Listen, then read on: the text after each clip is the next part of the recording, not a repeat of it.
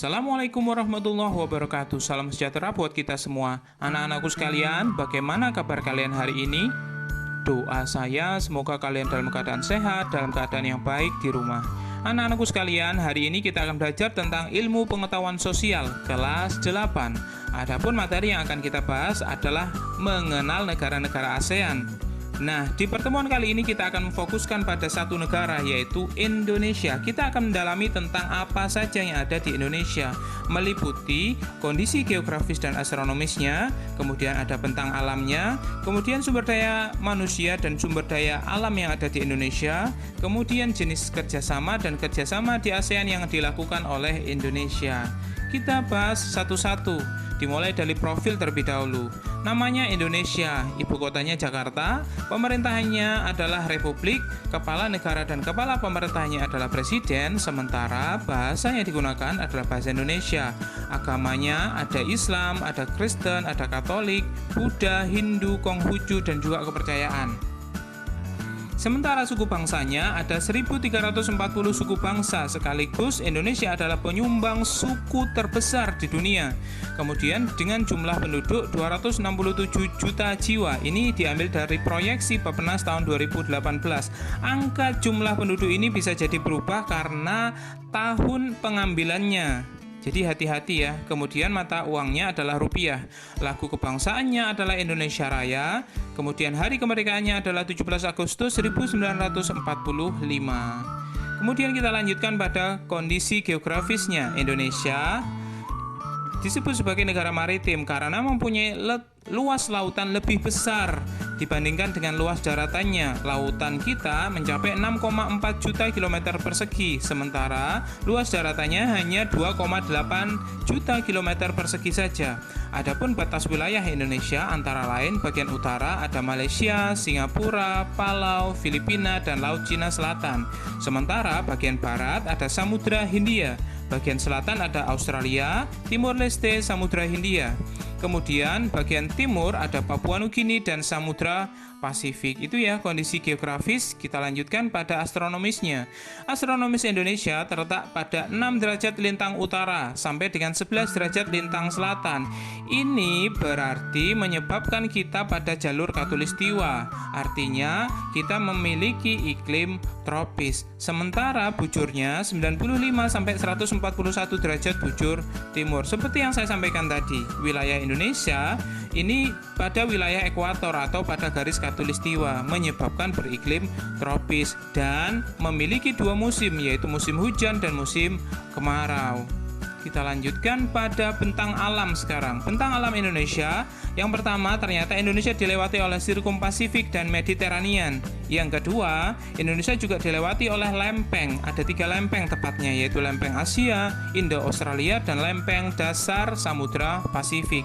Kemudian yang ketiga adalah Indonesia memiliki banyak gunung berapi dan sering terjadi gempa bumi, baik itu gempa tektonik maupun gempa vulkanik. Nah, kita akan membedakan nanti gempa tektonik dan gempa vulkanik itu bedanya apa.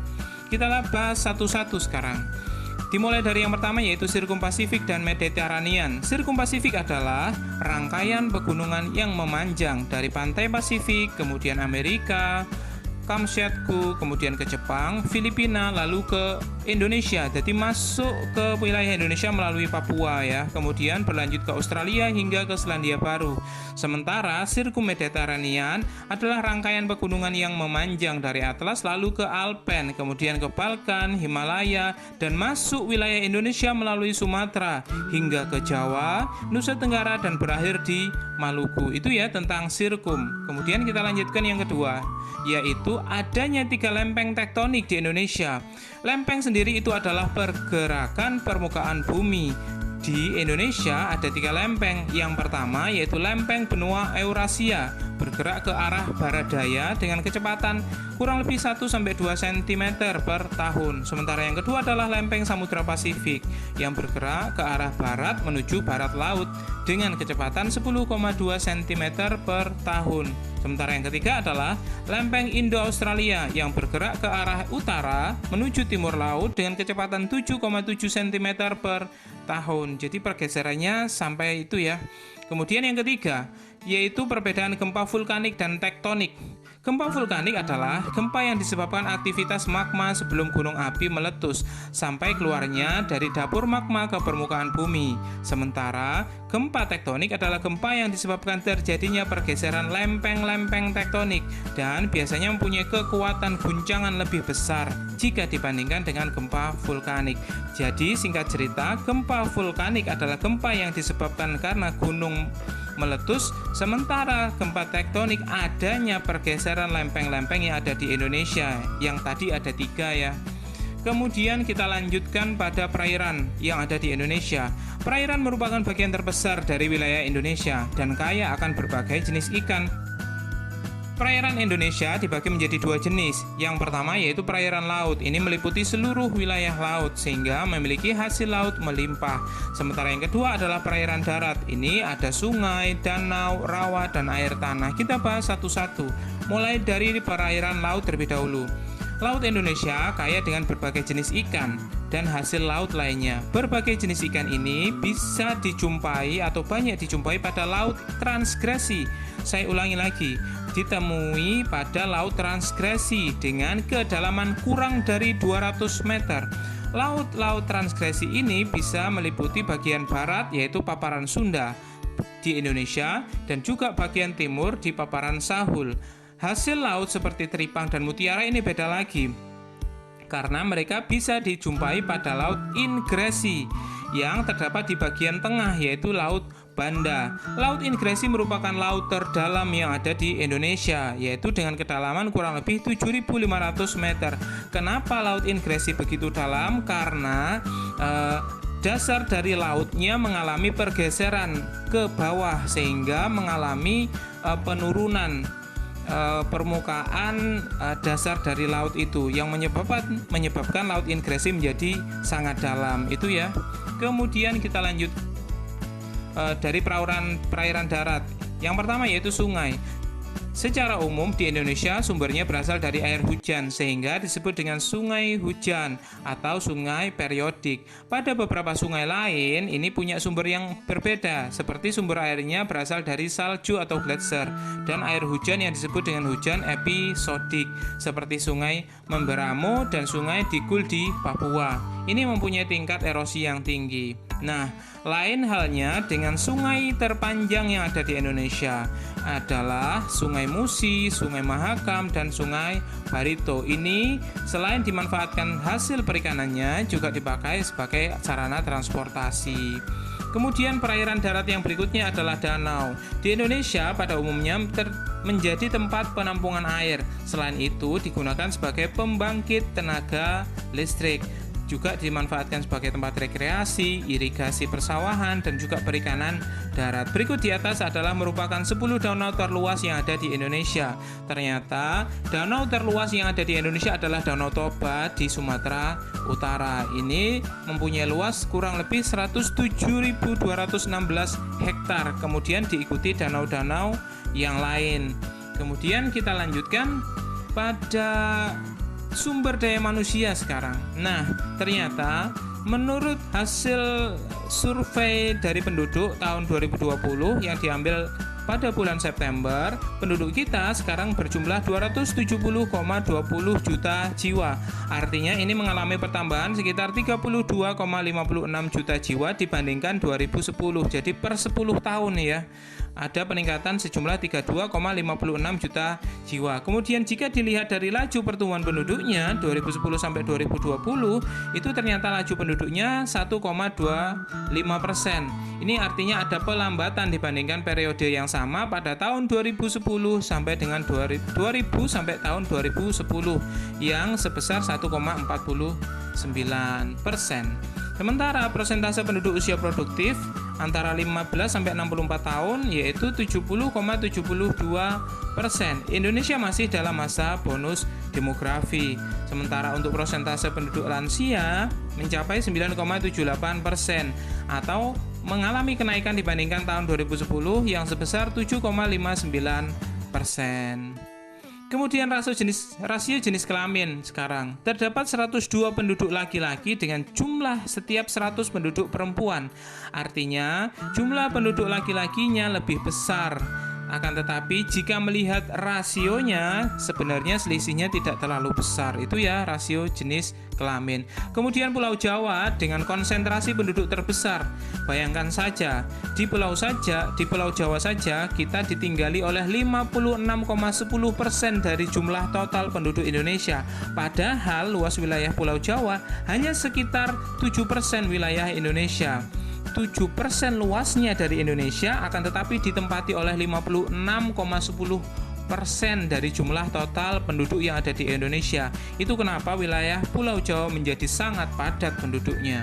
Kita lanjutkan berikutnya, yaitu hasil sensus penduduk tahun 2020. Kita fokuskan pada komposisi penduduk Indonesia, yaitu ini misalnya pos Gen Z, yaitu usia 0-7 tahun mencapai 10,88%, sementara usia 8-23 tahun ini adalah usia sekolah sampai kuliah sebenarnya, yaitu pada 27-94%. Kemudian usia milenial yaitu 24-39 tahun mencapai 25-87%. Kemudian Gen Z atau usia 40-55 ini mencapai 21,88%, sementara baby boomer yaitu usia 56-74 ini usia pensiun sebenarnya ya, yaitu 11,56%. Sementara yang terakhir adalah pre-boomer yaitu usia di atas 75 tahun, 1,87%. Kita lanjutkan pada data berikutnya, yaitu tentang keadaan ketenagakerjaan kita.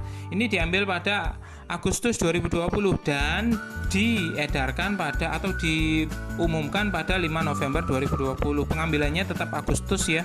Kalau kita merujuk data di sini mulai dari Agustus 2018, Agustus 2019, Agustus 2020, kita mengalami kenaikan tentang tingkat pengangguran. Kita bahas satu-satu sekarang. Ini adalah data tabel laki-laki, ini adalah data tabel perempuan yang menganggur ya. Kemudian yang bagian abu-abu ini adalah di perkotaan, pengangguran yang ada di perkotaan, sementara ini adalah pengangguran yang ada di desa. Saya ulangi lagi, ini adalah pengangguran dengan gender laki-laki, ini adalah pengangguran gender perempuan, ini adalah pengangguran yang ada di kota, ini adalah pengangguran yang ada di desa. Dari data 3 tahun terakhir ternyata mengalami kenaikan, terutama di daerah perkotaan mencapai 8,98. Adapun penyebab dari meningkatnya tingkat pengangguran yang ada di Indonesia bisa kita jelaskan pada tabel berikutnya, yaitu ternyata adanya dampak COVID-19 terhadap penduduk usia kerja. Ini bayangkan saja, dari total penduduk usia kerja sebanyak 203,97 juta orang, persentasenya penduduk usia kerja yang terdampak COVID-19 ternyata sampai dengan 14,28%. Ini luar biasa besarnya.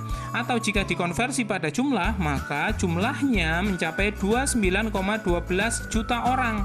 Dengan rincian sebagai berikut, yaitu 2,56 juta orang yaitu pengangguran karena COVID. Yang dimaksud dengan pengangguran karena COVID adalah pengangguran yang pernah berhenti bekerja karena COVID selama bulan Februari sampai dengan Agustus 2020. Sementara 0,76 juta orang ini memang bukan angkatan kerja ya karena COVID-19. Sementara 1,77 juta jiwa ini sementara tidak bekerja karena COVID-19. Sementara tidak bekerja ini bisa jadi misal dia dirumahkan oleh perusahaannya karena perusahaannya tidak berproduksi, tetapi dia tidak dipecat. Jika nanti perusahaannya sudah mulai memproduksi lagi, dia akan dipanggil. Ini semacam dirumahkan ya. Ini berdampak pada 1,77 juta orang. Sementara ini yang paling besar mencapai 24,03 juta orang bekerja dengan pengurangan jam kerja karena COVID. Ini misalnya dampak PPKM. Biasanya bisa jualan sampai malam, jam 11, jam 12 malam, bahkan jam 1 malam. Akan tetapi untuk posisi COVID sekarang dilakukan PPKM sehingga harus ditutup lebih cepat, yaitu jam 8 misalnya. Itu juga bisa dimasukkan pada kategori bekerja dengan pengurangan jam. Ini dialami atau berdampak pada 24,03 juta orang. Artinya sangat besar. Kemudian kita lanjutkan pada sumber daya alam sekarang. Perkebunan. 4 dari 10 ekspor andalan Indonesia adalah komoditas perkebunan seperti karet, sawit, kakao, dan kopi. Bahkan, sektor perkebunan kita terjadi peningkatan karena adanya kenaikan harga beberapa komoditas dan juga karena adanya peningkatan permintaan dari negara mitra dagang Indonesia. Salah satu yang paling signifikan adalah minyak kelapa sawit mencapai 76,5% dari April 2021. Melihat data 76,5% ini adalah dibandingkan pada April tahun lalu. Artinya April tahun 2020 dibandingkan April tahun 2021 terjadi peningkatan sebesar 76,5%. Begitu ya cara membaca datanya. Kemudian berikutnya adalah pertanian. Di masa pandemi seperti sekarang, sektor pertanian ternyata mampu menyumbangkan tren positif untuk perekonomian Indonesia. Ini dibuktikan adanya peningkatan PDB, produk domestik bruto pertanian, sekitar 2,58% pada kuartal 4 tahun 2020. Adapun provinsi sebagai produsen beras tertinggi dengan capaian di atas 5 juta ton beras, antara lain adalah Jawa Tengah, ini 5,5 juta ton, kemudian ada Jawa Timur 5,4 atau bahkan hampir 5,5 juta ton beras, kemudian Jawa Barat 5,2 juta ton beras. Nah, sekarang kita pelajari tabel berikut ini. Ini adalah tabel tentang perkembangan luas panen dan produksi. Luas panen atau luas lahan pertanian kita ternyata mencapai 10,66 juta hektar, dan dari luasan 10,66 juta hektar ini mampu menghasilkan 54,65 juta ton GKG atau gabah kering giling. Ingat ya, satuannya yang ini adalah pakai satuan gabah kering giling. Ini artinya berbeda dengan satuan beras. Untuk gabah kering giling ini harus diproses terlebih dahulu untuk menjadi beras. Artinya saat diproses maka beratnya akan berkurang. Itu ya tentang cara membaca tabelnya. Kemudian kita lanjutkan tabel berikutnya, yaitu tentang perbandingan luas panen dan produksi padi dibandingkan 2019 dengan 2020. Kalau dilihat dari luas lahannya, maka sebenarnya mengalami penurunan karena 2019 kita mempunyai lahan sekitar 10,68 juta hektar, sementara sekarang 10,66 juta hektar. Terjadi penurunan dalam persentase yaitu 0,19%, atau dalam angka berarti 0,02 juta hektar ya. Indikasinya pengurangan ini bisa jadi karena perubahan lahan dari lahan pertanian menjadi lahan perumahan misalnya, dan itu mengalami penurunan. Penyebab penurunannya seperti itu. Kemudian ternyata walaupun jumlah luas hektarnya berkurang, akan tetapi dalam hal produksi padi kita justru mengalami peningkatan. 2019 kita mampu memproduksi 54,60 juta ton beras ya. Kemudian ini GKG berarti ya, ini pakai satuan gabah. Sementara pada tahun 2020 54,65 juta ton dari gabah. Terjadi kenaikan sekitar 0,08 atau dikonversi dalam jumlah ton itu mencapai 0,05 juta ton. Di tengah penurunan lahannya kita masih bisa bertahan, bahkan trennya naik. Kita patut bersyukur ya. Kemudian sumber daya alam berikutnya adalah potensi gas. Potensi gas yang dimiliki Indonesia itu sangat besar. Ini cara membaca tabelnya ya. P1 adalah terbukti, P2 adalah mungkin, P3 adalah harapan. P1 artinya sudah direalisasi atau sudah dieksploitasi, sementara P2 masih dalam proses penelitian sebelum proses eksploitasi. Sementara ini masih harapan, artinya masih dugaan gitu ya.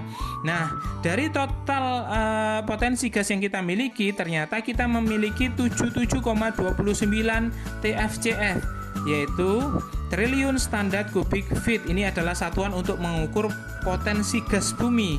Adapun sebarannya mulai dari Sumatera, Kalimantan, Sulawesi, Maluku, Papua, dan Jawa. Dengan potensi gas bumi terbesar ada di Pulau Papua. Berikutnya kita lanjutkan tentang potensi batu bara. Ini potensi batu bara. ada di Kalimantan, Maluku, Sumatera, Sulawesi, Papua, dan Jawa. Tentu saja potensi batu bara terbesar ada di Pulau Kalimantan, disusul pada Sumatera. Dengan jumlah keseluruhan yang kita miliki yang ada di Indonesia, sumber dayanya mencapai 149.009,59. Sementara cadangannya adalah 37.604,66. Itu adalah potensi batu bara yang kita miliki. Berikutnya adalah potensi minyak buminya. Ini juga cara membaca tabelnya sama ya, P1, P2, dan P3. Ini terbukti, yang sudah terbukti ada 2484. Disusul pada mungkin ini mencapai 616,6. Kemudian ada harapan yaitu 674 dari harapan. Ini jika ditotal mencapai 3.774,6 mmstb, yaitu million stock tank barrel. Ini adalah satuan untuk menyatakan minyak bumi. Adapun sebarannya ada di Sumatera, Kalimantan, Jawa, Sulawesi, Maluku, dan Papua. Dan ternyata untuk potensi minyak bumi terbesar masih ada di Pulau Jawa.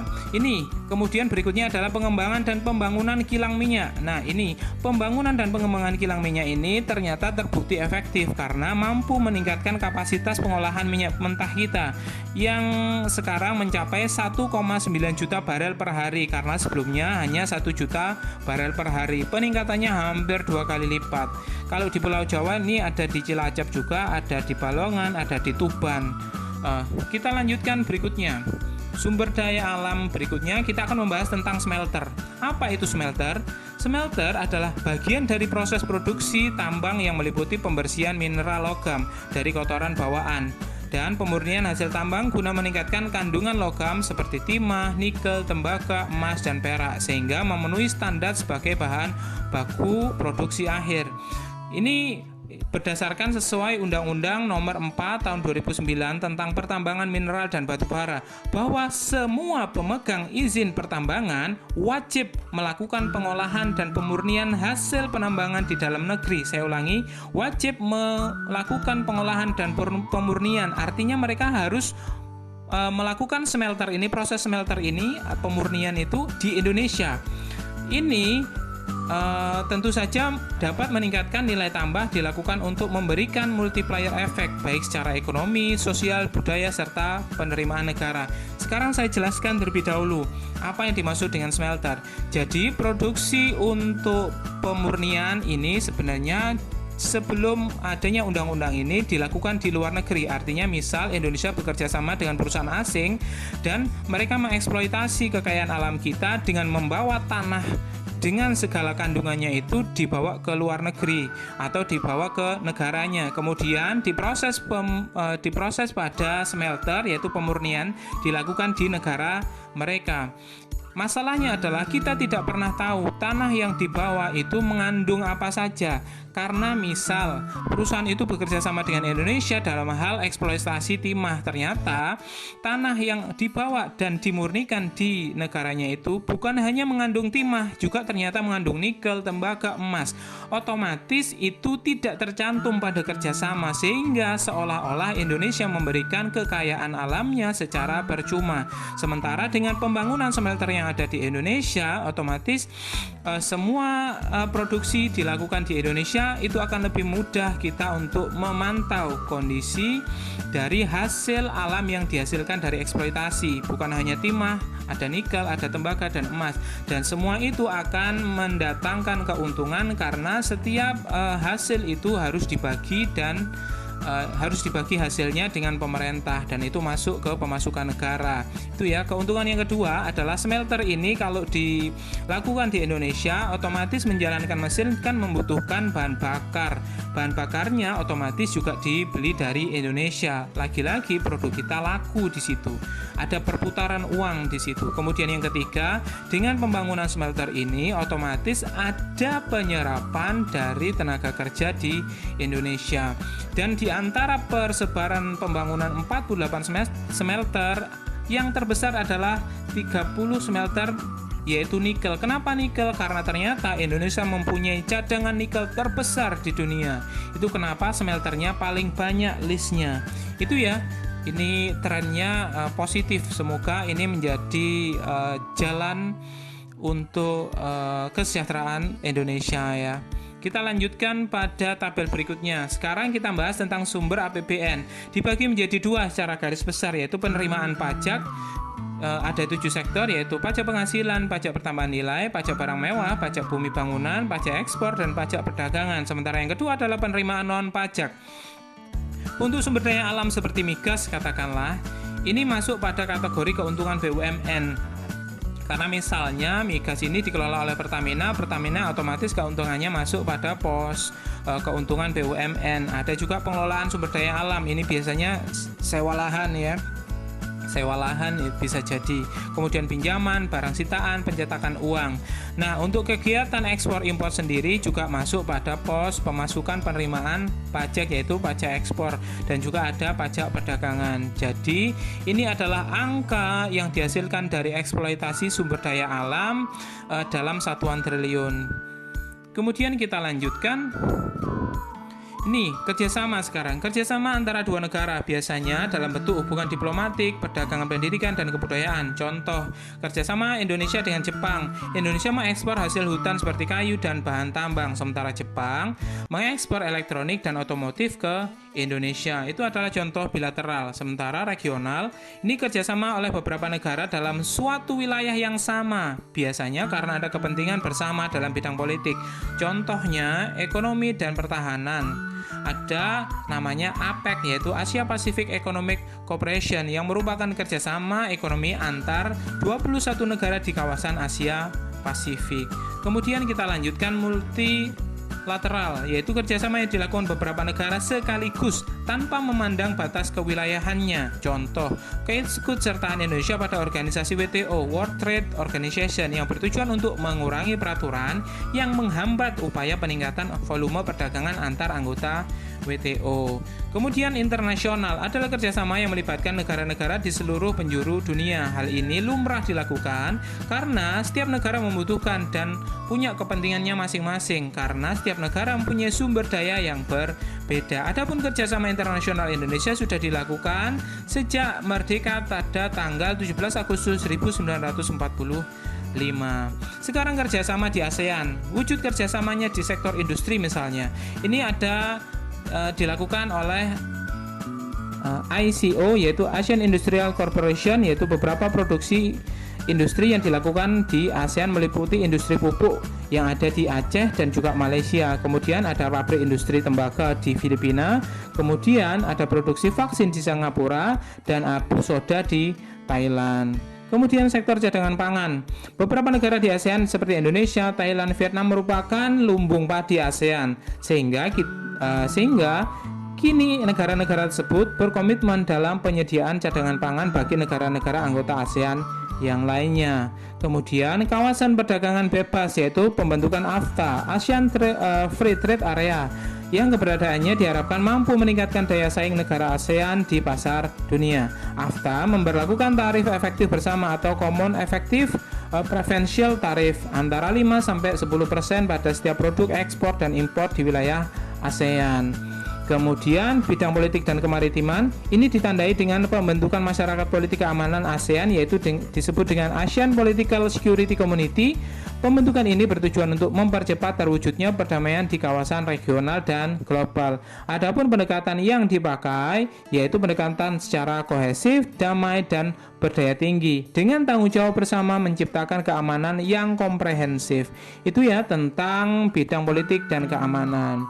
Adapun yang kita pelajari mengenal negara-negara ASEAN tentang Indonesia khususnya dengan sangat rinci. Semoga apa yang saya jelaskan ini bisa menambah pengetahuan kalian dan juga menambah kecintaan kalian terhadap negara kita, yaitu negara Indonesia. Ada kurang lebihnya saya mohon maaf. Akhirul kalam, wabillahi taufiq walhidayah, waridho wal inayah. Assalamualaikum warahmatullahi wabarakatuh. Salam sejahtera buat kita semua. Terima kasih.